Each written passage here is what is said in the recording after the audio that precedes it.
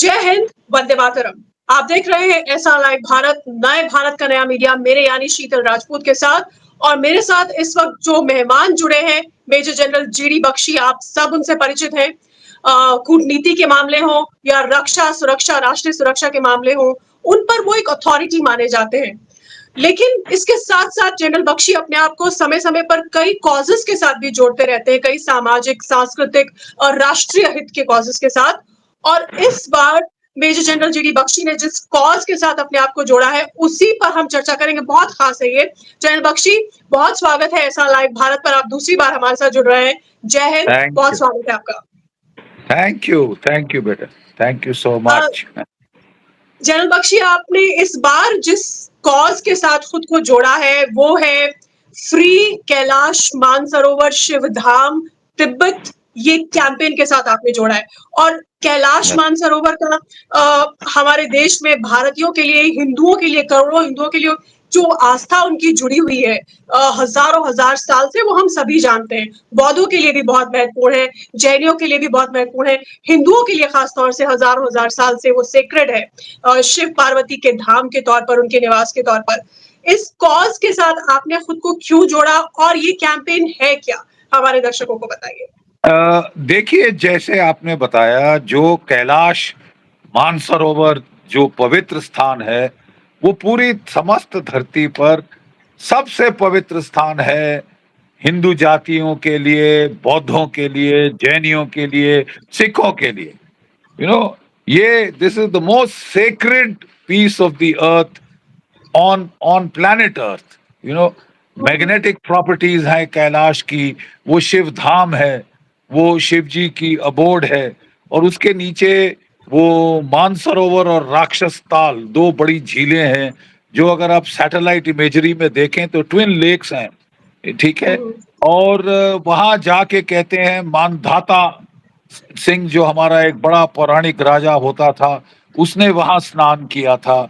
और उसके उसके पश्चात सन 1841 में जनरल जोरावर सिंह, हमारा महान डोगरा जनरल, जो कि महाराजा रंजीत सिंह के जो ट्रिब्यूटरी थे, महाराजा गुलाब सिंह, उनका जनरल था। और वो किश्तवाड़ में, जहां मैंने काफी साल मैंने सेवा की थी, काउंटर टेररिस्ट ऑपरेशंस किए थे, वहां पे वो मिलिट्री गवर्नर होते थे।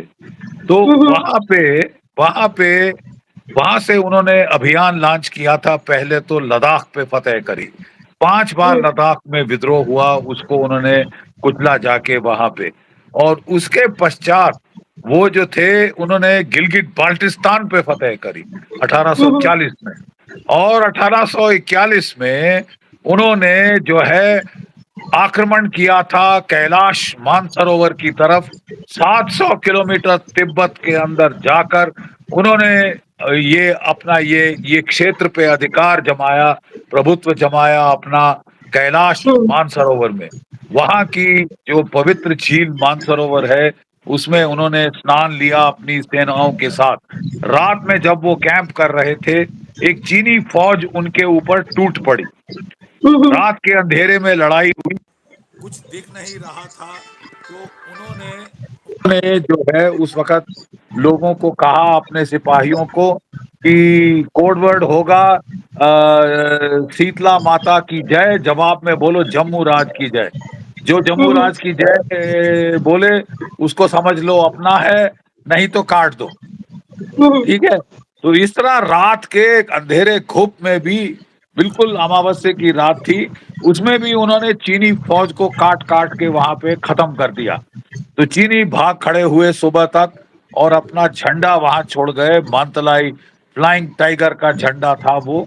आज भी 4th battalion Jammu and Kashmir rifles के ऑफिसर मेस में वो बड़े शान से फहराता है। तो बेटा, एक तो हमने देखा है कि ये चीन ने तिब्बत पर जो है जबरन कब्जा किया।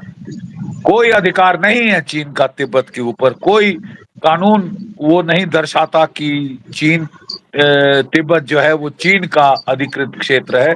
जबरदस्ती उन्होंने उस पे सन 1950 में आक्रमण किया और कब्जा कर लिया। बेचारे बौद्ध लामा, वहां के सबसे शांति प्रिय अहिंसावादी बौद्ध भिक्षु वो जो थे हम्म, उनके ऊपर बड़े क्रूर अत्याचार किए, उनकी मॉनेस्ट्रीज को बॉम्ब किया, अपनी एयरफोर्स से तोपों से हम्म, उड़ाया, उनकी नन्स को रेप किया वहां पे, और बहुत क्रूरता से उन्होंने अपना जो है आधिपत्य तिब्बत के ऊपर जमाया है। और जब से वो तिब्बत के अंदर आए हैं, भारत को मुसीबत ही मुसीबत झेलनी पड़ी है, कभी यहाँ हमला, कभी वहां हमला। 1962 में लद्दाख और अरुणाचल प्रदेश दोनों पे हमला कर दिया। तो अब तो मेरे ख्याल हम भी अब तंग आ गए हैं। कभी वो 30 नाम का गांव बदली कर देते हैं, कभी ये कभी वो, छेड़खानी करने हम्म। से वो बाज नहीं आते। मेरे ख्याल अब समय आ गया है कि भारत को भी ईंट का जवाब पत्थर से देना चाहिए, और हमको भी इनफैक्ट साफ जाहिर कर देना चाहिए कि साहब, बाकी तो बातें छोड़िए, पहले कैलाश मानसरोवर ये हिंदुओं का है, बौद्ध जाति का है। आप तिब्बत को आजाद करिए ताकि हम लोग खुल के वहां पे बगैर वीजा पासपोर्ट के वहां पे जा सकें, और अपनी जो हमारी पिलग्रिमेज है उसे वहां कर सके, अपने तीर्थ स्थान पे पूजा जी। अर्चन कर सकें। क्योंकि वो तो एथीस्ट है, वो तो कम्युनिस्ट हैं, उनका कोई हम्म, न दीन न धर्म कुछ नहीं है, लेकिन हमारा तो है। और हम्म। तिब्बत में लेकिन जो जनरल बख्शी, कैलाश हम मानसरोवर का क्षेत्र, वो हमारा उस पे अधिकार है सांस्कृतिक जी तौर पे। बिल्कुल। हिंदुओं का, बौद्धों का, जैनियों का हमारा अधिकार है एग्जैक्टली, उसके ऊपर। Exactly general Bakshi. और हम भारत तिब्बत को लेकर और चीन को लेकर अपनी नीति में काफी अग्रेसिव भी हुआ है, क्योंकि आपको पता ही है कि पिछले सप्ताह यूएस कांग्रेस का एक डेलीगेशन आया था, दलाई लामा से वो मिला। चीन के विरोध के बावजूद हमने ये तय किया है कि तिब्बती शहरों को हम अपने नामों से पुकारेंगे, जैसे चीन हमारे साथ करता आया है अरुणाचल में या पूर्व में।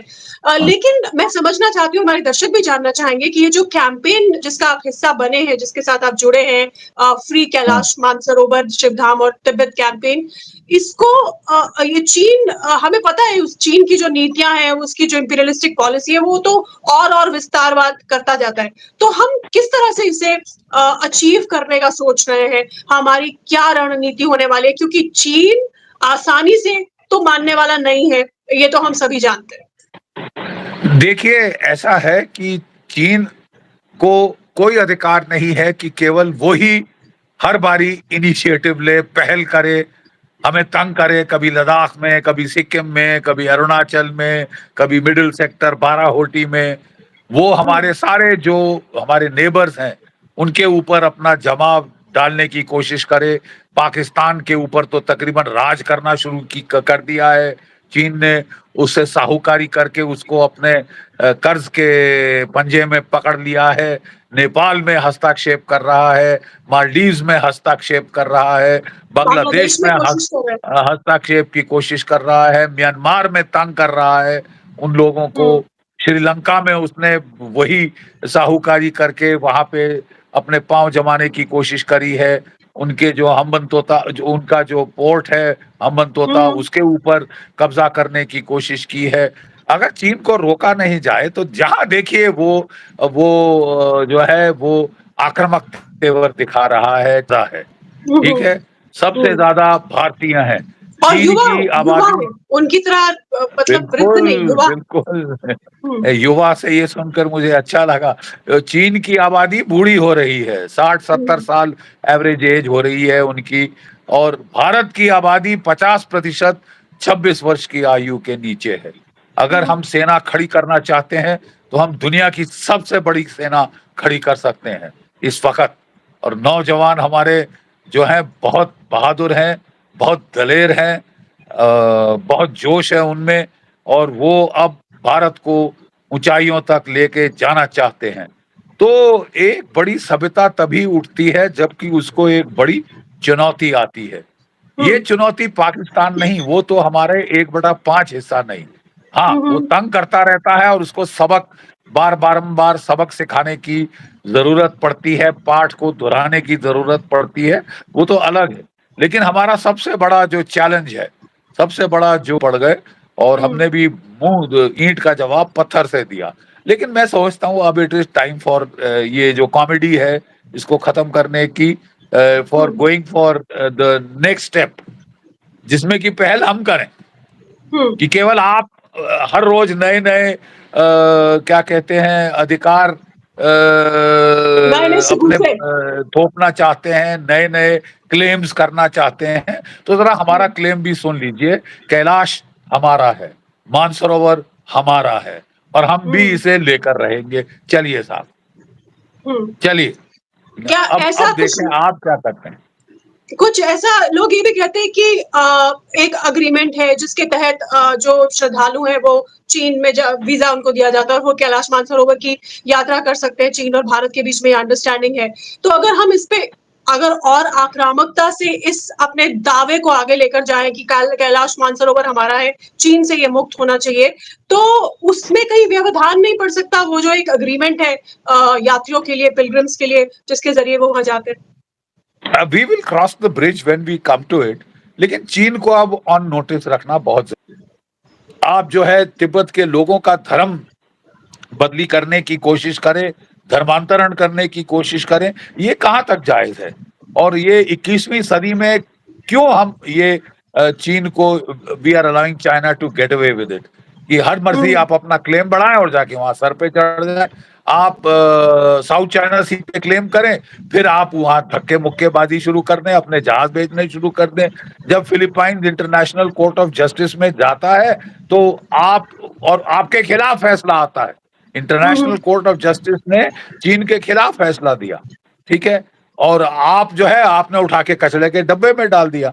अगर आप इस तरह के नेशनल इंटरनेशनल एग्रीमेंट कचरे के डब्बे में डाल सकते हैं, तो आपका जो अधिकार है, जो आपके जो क्लेम्स हैं तिब्बत के ऊपर, वो भी अब कचरे के डब्बे में डालने का समय आ गया है। हम्म। अ, और देखिए, इस मुहिम जो को जो सॉरी, जय जो बख्शी, नैन्सी वही। पेलोसी भी जो आई हैं, और हाँ, हाँ। वो तिब्बत के दलाई लामा, उनसे से हिज उन्होंने होलीनेस मुलाकात की। द दलाई लामा से उन्होंने मुलाकात करी है। ये एक बहुत अच्छा एक लक्षण है, बहुत अच्छा एक साई की अहिंसा पे जो चलते थे, उनका तो अस्तित्व ही मिटा दिया गया। तिब्बत के लोगों को बेचारे को जैसे उनका सर कुचला गया है। एग्जाम्पल है रिसेंट हिस्ट्री में, जिस हम्म। बेरहमी से उनके खिलाफ। और देखिए, हम्म। इसके पीछे एक वजह है। अभी तक पाकिस्तान हम पे चढ़ा रहता था कि कश्मीर दो, कश्मीर दो, कश्मीर दो। फिर हमारी सरकार ने बड़ा अच्छा किया कि साहब मुद्दा तो केवल एक है, पीओके कब दे रहे हो, वो हमारा है। तो यू पीओके में फॉरगेट क्या हाल अबाउट है? Kashmir, PoK is ours. मेरे ख्याल हम्म। अब यही जो है स्ट्रैटेजी, ये भी तिब्बत के साथ लगाने की जरूरत है। साहब आप जरा दिमाग शांत करें और क्या इस कैंपेन को, फ्री कैलाश मानसरोवर शिव धाम तिब्बत, इसको हम कूटनीतिक स्तर पर भी ले जाएंगे? What is your next step now?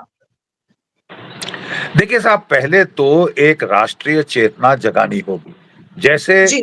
Pakistan occupied Kashmir के प्रति हमारी सरकार ने राष्ट्रीय चेतना जागृत करी है। अब कोई कश्मीर की बात नहीं कर रहा, सब बात हम्म। कर रहे हैं पाकिस्तान ऑक्युपाइड कश्मीर किस दिन कब दे रहे हो। और देखिए क्या हाल है वहां पे। समय आ गया है कि क्लेम केवल आप नहीं कर सकते, क्लेम हम भी कर दूसरे भी कर सकते सकते हैं। हैं। हम भी कर सकते हैं उतनी जोर से और उतनी ही, क्या कहते हैं, with air of righteousness. Exactly, with the air of righteousness, such a powerful thing to say, sir. Hmm. हाँ, देखिए, तो वही मैं कह रहा हूं कि ऐसे आक्रांताओं का टिट फॉर टैट से ही उनको समझ आती है। भाई अगर और तुमको समझ नहीं आ रही कि तुम मुझे तंग कर रहे हो, आप मुझे परेशान कर रहे हो, तो मैं आपको उतना ही परेशान करूंगा। I will deal with you exactly as you deal with me. I और विल ये गिव सिर्फ इट टू यू परेशान नहीं बैक करने की महज एग्जैक्टली बात नहीं, इन द सर। सेम हमारा टर्म। हमारा क्लेम निराधार नहीं है। कैलाश मानसरोवर हमारे लिए, मतलब बुद्धिज्म के लिए भी वो काफी मायने रखता है और जैनों के लिए भी, लेकिन हिंदुइज्म तो उससे भी पुराना धर्म है। हमारे तो वेदों पुराणों। आना है हमारा क्लेम तिब्बत के ऊपर, ठीक है, एग्जैक्टली। लेकिन हम चाहते हैं कि तिब्बत के लोग आजाद रहें। हमको कोई, देखिए, हम बांग्लादेश में गए, हमने बांग्लादेश को आजादी दिलवाई, मुक्ति दिलवाई। जी। पाकिस्तान की क्रूरता से, पाकिस्तान के जुल्मों सितम से, जो टिक्का खान ने जो वहां पे कत्लो गारत का दौर किया था, वहां पे 3 मिलियन जो है बांग्लादेशी मार डाले थे। 1 जेनोसाइड। मिलियन बांग्लादेशी औरतों को रेप किया गया था। हर पाकिस्तानी यूनिट में उन्होंने औरतों के कपड़े उतार के वहां पे डाल के बंकरों में रखा हुआ था, अपनी हवस का शिकार बनाने के लिए। भारत की सेनाओं ने जाके उनको छुड़ाया। भारत की सेनाओं ने जाके उस देश को आजाद किया और आजाद करा के हम वापस आ गए। हमने कोई अपना कब्जा नहीं दिखाया। आज बांग्लादेश एक आजाद देश है। ये भारत की तौर तरतीब है। तो हम अब मेरे ख्याल समय आ गया है तिब्बत की आजादी का। अभी तक केवल बातें होती रहीं, किसी ने कुछ नहीं किया।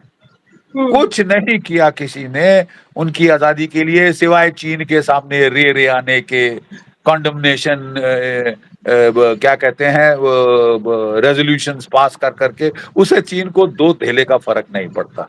अगर चीन इसी तरह आक्रामक तेवर दुनिया भर को दिखाते रहेगा, दादागिरी दुनिया भर के सामने करता रहेगा, तो अब तिब्बत की आजादी का समय I think is more than over due. और तिब्बत की आजादी का मतलब है कैलाश मानसरोवर का चीन के कब्जे से मुक्त होना। और ये हमारे लिए जो करोड़ों हिंदू बौद्ध जैन है उनके लिए इससे बड़ी उपलब्धि नहीं हो सकती, जिनकी गहरी आस्था हजारों सालों से जुड़ी है कैलाश मानसरोवर से। जनरल बख्शी, आपको और आपकी पूरी टीम को इस कैंपेन के लिए, इस मुहिम के लिए बहुत शुभकामनाएं। इससे पहले भी आपने नेताजी बोस की प्रतिमा को लेकर कैंपेन चलाया था और वो आज नतीजतन हम इंडिया गेट पर नेताजी बोस की प्रतिमा देखते हैं। आप जुड़े हैं उस मुहिम के साथ जो आजाद हिंद फौज के सैनिकों के लिए एक स्मारक की मांग कर रहा है। ऐसे कॉजेस के साथ आप जुड़ते हैं, देश के लोगों के सेंटिमेंट्स के साथ आप जुड़ते हैं और आपको बहुत बहुत शुभकामनाएं इस कैंपेन के लिए भी। जी, आप कुछ बेटा कहना बेटा चाहते बेटा एक कैंपेन में आपकी आपकी सहायता चाहता हूं। हैं? जी मैंने सर। एक और कैंपेन शुरू किया है, वो है हम्म, तपोवन। आज हम्म, आप देख रहे हैं दिल्ली की क्या हालत हो गई है गर्मी में। Global warming is upon us. 50 degree centigrade हमने दिल्ली में, नॉर्थ इंडियन प्लेन्स में कभी नहीं देखा था। ना केवल हम्म, इंडिया में, अमेरिका में, यूरोप में त्राही हो रही है गर्मी के मारे। क्लाइमेट वार्मिंग हो रही है, ग्लोबल वार्मिंग हो रही है, क्लाइमेट चेंज हो रहा है। इसके लिए मैंने एक अभियान शुरू किया है। मुझे आपकी सहायता की जरूरत है। फिर कभी एक प्रोग्राम करेंगे। हर गांव डेफिनेटली में, सर। हर टाउन में, हर सिटी में हम चाहते हैं कि एक जंगल का पैच उगाया जाए। एक जापानी टेक्निक है जिसे कहा जाता है मियावाकी, जिसमें हम्म, 30-35 साल में पूरा जंगल खड़ा कर दिया जाता है एक इलाके में। हमारे हम्म, भारत में 3 किस्म के जंगल होते थे: तपोवन, श्रीवन, महावन। श्रीवन हम्म, मतलब जो फूल और मेडिसिनल प्लांट्स के ऑर्चर्ड्स होते थे, जहां से पैसा श्री आती थी। तपोवन हम्म, जहां हम तपस्या के लिए, हमारे आश्रम होते थे, हमारे ऋषि शांति के लिए, सुख चैन के लिए वहां जाते थे, आश्रम बनाते थे और वहां रहते थे। मेरा मेरा निवेदन है पूरे सब भारत के लोगों से कि हर गांव में एक तपोवन बनाएं, उसमें एक ध्यान मंदिर बना दें, बस खाली हॉल, जहां लोग ध्यान करें, वो मन की शांति प्राप्त हो, उनको ठंडक प्राप्त हो, क्लाइमेट चेंज रुके, कार्बन की सीक्वेस्टरिंग हो, ऑक्सीजन वहां से आए, हमारी एयर को प्योर करे, प्रदूषित वातावरण को। ये एक बहुत नोबल है कि हम लोग जंगल जंगल जंगल उगाएं। हम अपने, बिल्कुल। देखिए भारत की सभ्यता को फॉरेस्ट की सिविलाइजेशन कहा जाता है, वनों की एक सभ्यता कहा जाता है, क्योंकि हमारे ऋषि मुनि शहर गांव छोड़कर वनों में आश्रम बनाते थे। वानप्रस्थ। तो है तो वानप्रस्थ लेने वहीं जाते थे। तो मेरा हम्म, अब सुझाव ये है कि हम जो हमारे रिजर्व फॉरेस्ट जाके उनको तहस नहस नहीं कर सकते। हर गांव हम्म, में एक छोटा वन बनाए, हर टाउन में एक छोटा वन बनाए, हर शहर में तो 10, 5, 15 वन बनाए, पैचेस बनाए फॉरेस्ट के, जहां आप जाके ध्यान कर सकते हैं, बिल्कुल। शांति कर सकते हैं, कार्बन सीक्वेस्टर कर सकते हैं, क्लाइमेट चेंज को, ग्लोबल वार्मिंग को रोक सकते हैं। जय बिल्कुल जनरल भारत, बख्शी। जय हिंद। बिल्कुल। बिल्कुल, ऐसा लाइव भारत के माध्यम से हमारे दर्शकों तक आपका ये संदेश भी पहुंचेगा, जरूर हम पहुंचाएंगे। हमारे साथ बात करने के लिए, दूसरी बार हमारे चैनल के साथ जुड़ने के लिए बहुत धन्यवाद। जय हिंद सर। जय जय हिंद।